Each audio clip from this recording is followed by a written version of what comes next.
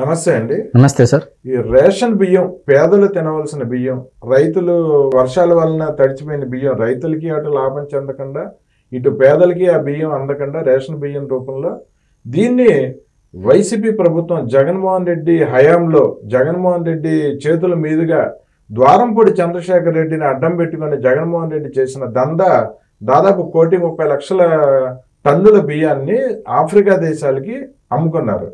అసలు ఇది ఒక్కసారి నేను ఈ మొత్తం కుట్రంతా ఎలా జరిగింది, ఈ దోపిడీ అంతా ఎంత అద్భుతంగా చేశారు, వీళ్ళు ఎలా పండించారు ఈ దోపిడీని అనేది నేను ఒకసారి మీకు వినిపిస్తాను. దీని మీద నాకు విశ్లేషణ కావాలి. గత 5 ఏళ్లలో 45,000 కోట్ల విలువైన రేషన్ బియ్యాన్ని విదేశాలకు తరలించినట్లు మంత్రి నాదెండ్ల మనోహర్ సంచలన వ్యాఖ్యలు చేశారు. డోర్ డెలివరీ పథకం పేరుతో బియ్యం అక్రమ రవాణా చేశారని వెల్లడించారు. మొత్తంగా 1,30,00,000 మెట్రిక్ టన్నుల బియ్యాన్ని అక్రమంగా ఎగుమతి చేశారని చెప్పారు. 5 ఏళ్లు జగన్ కు తెలియకుండానే బియ్యం అక్రమ రవాణా జరిగిందా అని మంత్రి మనోహర్ ప్రశ్నించారు. బియ్యం దందా కోసమే కాకినాడ పోర్ట్ ను కబ్జా చేశారని మండిపడ్డారు. ప్రభుత్వం జగన్మోహన్ రెడ్డి గారు ముఖ్యమంత్రి అయిన తర్వాత ఒక నిర్ణయం తీసుకుని డోర్ డెలివరీ చేస్తామనే ఒక అబద్ధపు ప్రచారంతో 9,260 వ్యాన్లు కొని రాష్ట్ర ఖజానాకి దాదాపు 1,600 కోట్ల రూపాయలు ఖర్చు అయ్యే విధంగా మొబైల్ డెలివరీ యూనిట్ల వ్యాన్లని వీళ్ళు రాష్ట్ర వ్యాప్తంగా ఒక నెట్వర్క్ ఏర్పాటు చేశారు. వాళ్ళ స్వలాభం కోసం ఈ వ్యాన్ల ద్వారా రాష్ట్ర వ్యాప్తంగా నెట్వర్క్ ఏర్పాటు చేసుకుని బియ్యం సేకరించడం మొదలుపెట్టారు. చిత్తూరు నుంచి శ్రీకాకుళం నుంచి నేషనల్ హైవే మీద నేరుగా కాకినాడకి ఎక్కువ శాతం ఈ బియ్యం తరలించే విధంగా ఒక పకడ్బందీ కాన్స్పిరసీ చేసి వీళ్ళు చేశారు. ఆంధ్రప్రదేశ్ తీరంలో ఏ పోర్టుకి లేని విధంగా కాకినాడ పోర్టులో రైస్ ఎగుమతి జరిగింది. ఎంత పెద్ద కాన్స్పిరసీ జరిగిందంటే జగన్మోహన్ రెడ్డి గారి ప్రభుత్వంలో ఆయనే ముఖ్యమంత్రి, ఆయనకి తెలియకుండా జరగదు కదా. భారతదేశంలో కార్పొరేట్ చరిత్రలో ఏనాడు జరగని విధంగా కేవీ రావు గారిని వారి కుటుంబాన్ని బెదిరించి ఏ విధంగా వీళ్ళు 41% వాటా రాయించేసుకున్నారో ఖచ్చితంగా బయటికి రావాలి. బాధ్యత లేదా జగన్మోహన్ రెడ్డి గారికి? కాకినాడ సీ పోర్ట్స్ లిమిటెడ్ కి ఆరబిందో రియాలిటీ ఏ విధంగా దూరింది? 1,600 కోట్లు ఖర్చు పెట్టి దాదాపు కన్షీల్డ్ వాహనాలు లోపల ఏముందో ఎవరికి కనపడదు వాహనాలను కొని దాంతో 1,30,00,000 మెట్రిక్ టన్నుల బియ్యాన్ని ఆఫ్రికా దేశాలకి డైరెక్ట్ గా తరలించేశారు హైవేల మీద నుంచే. ఏంటి అసలు ఇదంతా, ఏంటి దందా, ఏంటి మోసం, ఈ దోపిడీ? సార్, జగన్మోహన్ రెడ్డి గారి హయాము 2019 నుంచి 2024. కరోనా ఎప్పుడు సార్ వచ్చినది? 20లో. 2019, 2020, 2 సంవత్సరాలు. ఇది ఒక వరంగా మారింది సార్. గత ప్రభుత్వ నాయకులకు, అంటే వైఎస్ఆర్సీపీలో ఉన్నటువంటి నాయకులకు ఇది ఒక వరంగా మారింది. సో ఎందుకు వరంగా మారింది అంటున్నానంటే, కరోనా తర్వాత, అంటే కరోనా సమయంలోను కరోనా తర్వాత కేంద్ర ప్రభుత్వం అనేది రేషన్ బియ్యాన్ని ఉచితంగా ఇస్తున్నామని చెప్పేసి ప్రకటించింది సార్. ఇప్పుడు దాన్ని వాళ్ళు గుర్తించారు. దాని తర్వాతనే రేషన్ వాహనాలు రావడం జరిగింది. అంతకుముందు ఎక్కడున్నాయి సార్ రేషన్ వాహనాలు? ఎందుకు వాళ్ళు యుద్ధ ప్రాతిపదికన రేషన్ వాహనాలు పెట్టి ఇంటికాడికే పంపిస్తున్నాము అని చెప్పేసి అన్నారు అంటే, ఊరికనే ఇవ్వలేదండి, ఇంటికి వచ్చి దీని వెనకాల పెద్ద స్కామ్ ఉందని ఈరోజు సివిల్ సప్లైస్ మంత్రి అయినటువంటి నాదెండ్ల మనోహర్ గారు క్లియర్ కట్గా ఎక్స్ప్లెయిన్ చేశారు. క్రిస్టల్ క్లియర్గా చెప్పారు. ఈ కేంద్ర ప్రభుత్వం ఏదైతే ప్రకటించి ఉందో రేషన్ బియ్యాన్ని మేము ఉచితంగా ఇస్తున్నామని చెప్పేసి, వీళ్ళు ఆ రేషన్ వాహనాలు దాదాపు 9,200 వాహనాలు దగ్గర ఆఫ్ కోర్స్ 10,000 దగ్గర అనుకోండి, 1,600 కోట్ల రూపాయలు అటు ప్రభుత్వ ఖజానాకు బొక్క. వాహనాలు కొంటారు. మామూలుగా రేషన్ షాపులోకి వెళ్ళి తీసుకున్న 15 రోజులు సమయం ఇచ్చేవాళ్ళు, వ్యవధి ఏ రోజు అవైలబుల్గా ఉంటే ఆ వాళ్ళు ఆ రోజు వెళ్ళి తెచ్చుకునేవాళ్ళు. దీనికి ఎంత ఖర్చు చేశారు జగన్మోహన్ రెడ్డి గారు? 1,600 కోట్ల రూపాయలు పెట్టింది కాక మళ్ళా రేషన్ వాహనాలకు ఒక డ్రైవరు, దానికి మెయింటెనెన్స్ అని మళ్ళా డబ్బులు, మరలా దాంట్లో ఇంకో అతను సపోర్టింగ్కి ఇంకో అతను, దాదాపు ఒక వాహనం మీద ఎంత ఖర్చు సార్? వైసీపీ కార్యకర్తలు దగ్గర 30,000 రూపాయలు ఖర్చు ఒక వాహనానికి. మెయింటెనెన్స్ మొత్తం, డ్రైవర్ అంట, డీల్ అని, అద్దాన్ని ఇద్దని. సరే, గతంలో చూసాము ఆ వాహనాలు ఏం పని చేసేటువంటి, కట్టెలు మోసేదానికి, ప్యాసింజర్లను తీసుకోవడానికి, ఏ విధంగా అంటే ఎలక్షన్లలో మద్యం పంపిణీ చేసేదానికి ఎట్లా వాడారనేది మీడియాలో, చాలా మీడియాల్లో రావడం చూసాము. అంటే ఒక పద్ధతి, ఒక విజన్ సార్, ఎలా చేయాలి అనేది నీట్గా కేంద్ర ప్రభుత్వం ప్రకటించిన తర్వాత, వాహనాలు కొన్న తర్వాత, మీరు ఇప్పుడు ఇందాక ఏదైతే చెప్పారో ప్రతి రేషన్ చాలామందికి పేదవాళ్ళు ఇప్పటికీ అంటే గ్రామాల్లో ఉండేవాళ్ళు కానీ పట్టణాల్లో రేషన్ తీసుకునే వాళ్ళు కానీ ఒక్కసారి ఆలోచించే ప్రయత్నం చేయాలి సార్. కరెక్ట్ వీళ్ళు 1వ తారీఖే వచ్చి ఎందుకు త్వరగా వెళ్ళిపోయేవారు? మామూలుగా ఏదో మన దగ్గరికి వచ్చి రేషన్ బియ్యం అని లేదు సార్, మన దగ్గరికి ఎప్పుడు రాలే రేషన్ బియ్యము. ఒక చోట పెడతారు వెహికల్, మొత్తం ఆ కాలనీ వాళ్ళంతా ఆ చోటుకి వెళ్ళాలి. గత ప్రభుత్వాలు చేసినట్టు కూడా అదే కదా సార్. ఒక ఇంటిలో రేషన్ పెడతారు, 15 రోజులు సమయం ఇస్తారు వ్యవధి. ఎవరు ఏ రోజు పని లేకుండా ఉంటుందో ఆ రోజు వెళ్ళి తెచ్చుకోవడం జరుగుతూ ఉండేది. ఇప్పుడు వెహికల్లో పెడతారు, ఇంట్లో పెట్టే సరుకునే వెహికల్లో పెట్టేసి ఒక్కరోజే మిగిలిన బియ్యం అంతా ఇప్పుడు ఎక్కడ పోతున్నాయి అనేది ఈరోజు స్కామ్ రూపంలో బయటపడడం జరిగింది. కేంద్ర ప్రభుత్వానికి ఇసుక విషయంలో ఎక్కువ తవ్వకాల విషయంలో కలెక్టర్లు అయినటువంటి ఐఏఎస్ ఆఫీసర్లు అయినటువంటి కలెక్టర్లే ఒకే ఫార్మాట్లో కేంద్ర ప్రభుత్వానికి నివేదిక ఇచ్చారు అంటే దాదాపు ఎన్ని జిల్లాలు ఉంటాయి సార్ మన ఆంధ్రప్రదేశ్లో? అన్ని జిల్లాలకు సంబంధించిన కలెక్టర్లు ఎక్కడ దొరికారు వీళ్ళంతా అంటే ఒకే ఫార్మాట్లో సుప్రీంకోర్టుకు ఇచ్చారు చూడండి సార్. ఒకే ఫార్మాట్లా. ఇప్పుడు నువ్వు లీవ్ లెటర్ రాయంటే ఒక రకంగా రాస్తావు సార్, నా లీవ్ లెటర్ నేను ఒక రకంగా రాస్తా, నా స్టైల్ ఆఫ్ లివింగ్ లెటర్ నేను అంటే లీవ్ లెటర్ ఏ విధంగా రాయాలనేది నా స్టైల్లో నేను రాస్తా, నీ స్టైల్లో మీరు రాస్తారు. మరి ఐఏఎస్ ఆఫీసర్లు అయినటువంటి కలెక్టర్లు ఒకే ఫార్మాట్లో సుప్రీంకోర్టుకు తప్పుడు ఫిడ్బిట్లు అంటే లేఖలు ఇచ్చారంటే ఇంకా దీంట్లో మనం పెద్దగా ఆశ్చర్యపోవాల్సిన అవసరం ఏం లేదు సార్. ఐఏఎస్ ఆఫీసర్లే సగం ఇది చేస్తున్నారని చెప్పేసి రాష్ట్ర ప్రజల్లో బలంగా పోయింది, కలెక్టర్ల మీద బలంగా పోయింది నెగిటివ్. మరి ఇప్పుడు ఏంది పరిస్థితి? మరి అధికారులకు తెలిసి జరుగుతున్నాయా, జగన్మోహన్ రెడ్డి గారికి తెలిసే జరుగుతున్నాయంటే 45,000 కోట్ల రూపాయలు స్కామ్ జరిగింది అనేది అంటే జగన్మోహన్ రెడ్డి గారు ఏలు పెట్టుకోకుండా ఎందుకు ఉంటారు సార్? మీరు చూడండి, మద్యాన్ని గవర్నమెంట్కి పెట్టేసి మొత్తం డిస్టిలరీ అంతా వాళ్ళ మనుషులకు సంబంధించిన వాళ్ళు సప్లై చేశారు.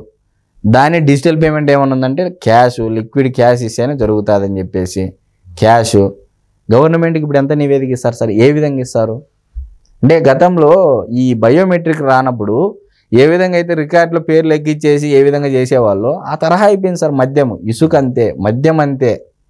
మరి ఏంది సార్ ఇప్పుడు ఇది ఏదేమన్నా కొత్తదా సార్? బియ్యము ఎందుకు బియ్యం ఇంత అక్రమ రవాణా జరుగుతున్నప్పటికీ ఎవరు ఎందుకు పట్టించుకోవట్లేదంటే రాజకీయ నాయకులకి టాప్ 5 రిసోర్సెస్ అంటే ఆదాయం వచ్చే మార్గాలలో టాప్ 5లో ఇది మేజరు.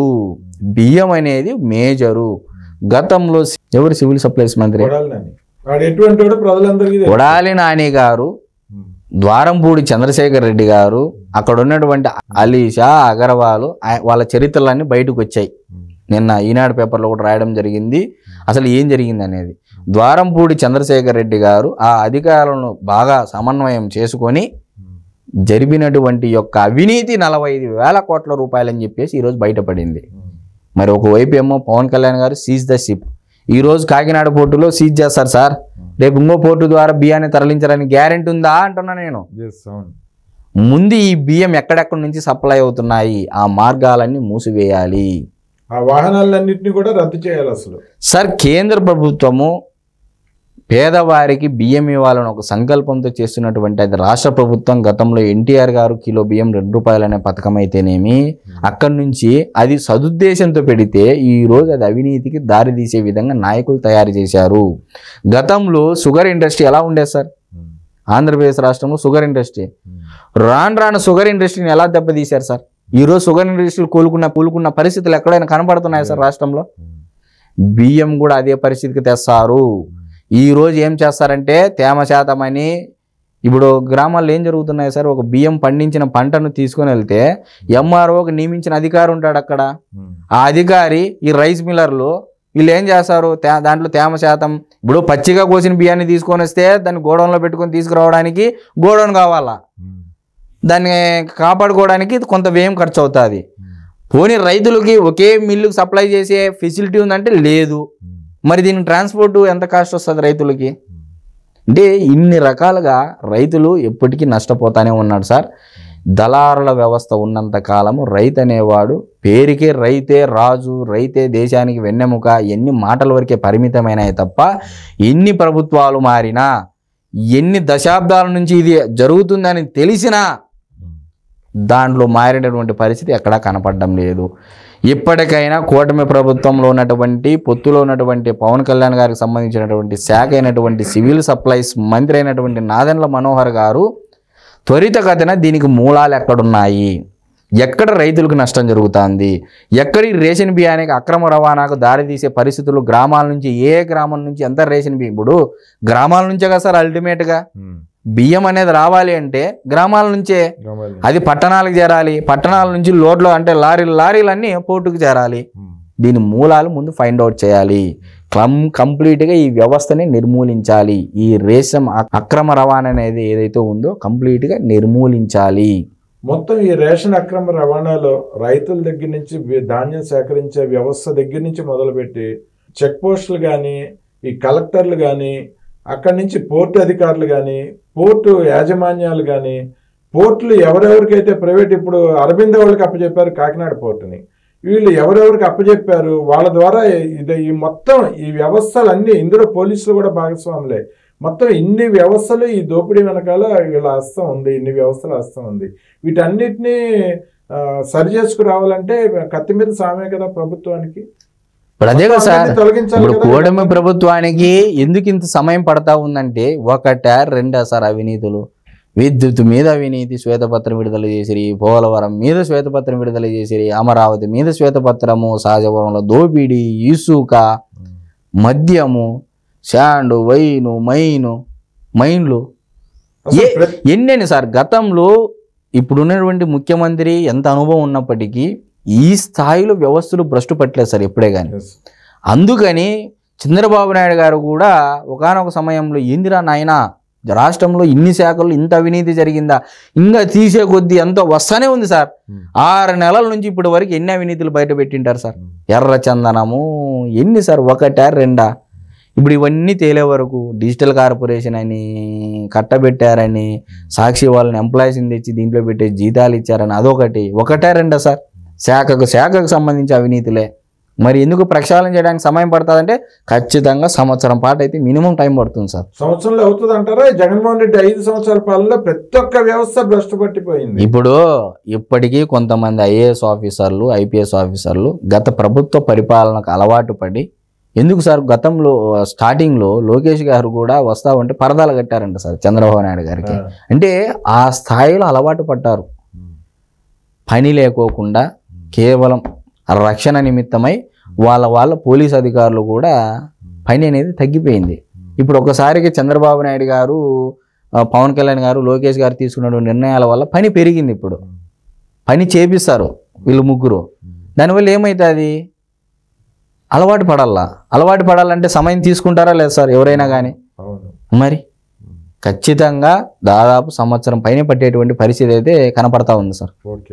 ఓకే అండి, ఇంత దారుణమైన దోపిడీ జగన్మోహన్ రెడ్డి 5 ఏళ్ల పాలనలో ప్రతి ఒక్క వ్యవస్థ భ్రష్టు పెట్టిపోయింది. ప్రతి ఒక్క అధికారి అసలు ఈ వ్యవస్థ ఆ వ్యవస్థ అని లేదు, మొత్తం రాష్ట్రంలో ఉన్న. సార్ ఇక్కడ ఇంకో విషయం చెప్పాలనుకుంటున్నాను సార్.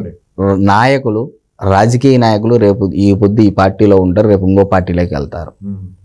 క్లియర్ కట్గా ప్రజల్లో చైతన్యం రావాలి. ఏంటంటే అధికారులు తప్పు చేస్తే చట్టాన్ని, ఇప్పుడు ప్రజల కోసం పెట్టినటువంటి చట్టాలు, ప్రజల కోసం పాలిస్తున్నటువంటి రాజకీయ నాయకులు, ప్రజల కోసమే వ్యవస్థలు ఏర్పడ్డాయి. మరి ప్రజలకి ఇంత అవినీతి జరుగుతుందని తెలిసినప్పుడు అధికారులను ఎట్టి పరిస్థితుల్లో ప్రజలు ఉపేక్షించకూడదు. ఈసారి ఎక్కడైనా ఒక ఐఏఎస్ ఆఫీసర్ దగ్గర నుంచి సార్ కింది స్థాయిలో విఆర్ఓ వరకు ఎవరైనా సరే అవినీతి చేస్తే, ఎవరైనా మీకు తెలిసిందంటే ఒక్క చైతన్యం తీసుకురండి ప్రజల్లో. ఎందుకు అధికారులు తప్పు చేస్తారో చూద్దాం. ప్రజలే ఏమున్నా ఈ రాష్ట్రాన్ని బాగుపరచాలంటే రాజకీయ నాయకుల వల్ల కాదు. అందుకే చంద్రబాబు నాయుడు గారు పదే చెప్తుంటారు, మీరు చైతన్యవంతులు కండి, ప్రజల్లో తిరుగుబాటు తప్పదు అని చెప్పేసి గత ఎలక్షన్ల ముందు చెప్పారు కదా సార్.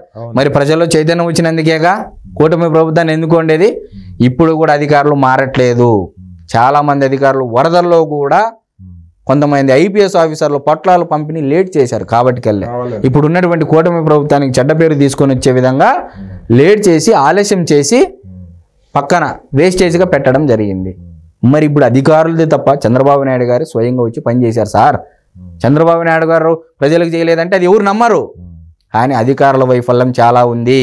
ఎక్కడైతే ఇది తెలుగుదేశం పార్టీ కార్యకర్తలైనా, బీజేపీ కార్యకర్తలైనా, జనసేన పార్టీ కార్యకర్తలైనా మీరు నిశ్చితంగా గమనించండి. అధికారుల పట్ల అది ఎవరైనా సరే సార్, సామాన్య ప్రజలైనా సరే, ఎవరైనా అందరినీ గమనిస్తా ఉండండి. ఏ అధికారి ఏ విధంగా బిహేవ్ చేస్తున్నాడు అనేది నోట్ చేసి పెట్టుకోండి. మనకంటూ ఒక రోజు వస్తుంది, ప్రజలకి కార్యకర్తలకు ఒక రోజు వస్తుంది. అధికారుల మటుకు వదలబోమని చెప్పేసి కార్యకర్తల తరపున నేను కూడా సవినయంగా చెప్పుకుంటున్నాను సార్. ఓకే అండి, థ్యాంక్ యూ అండి, నమస్తే.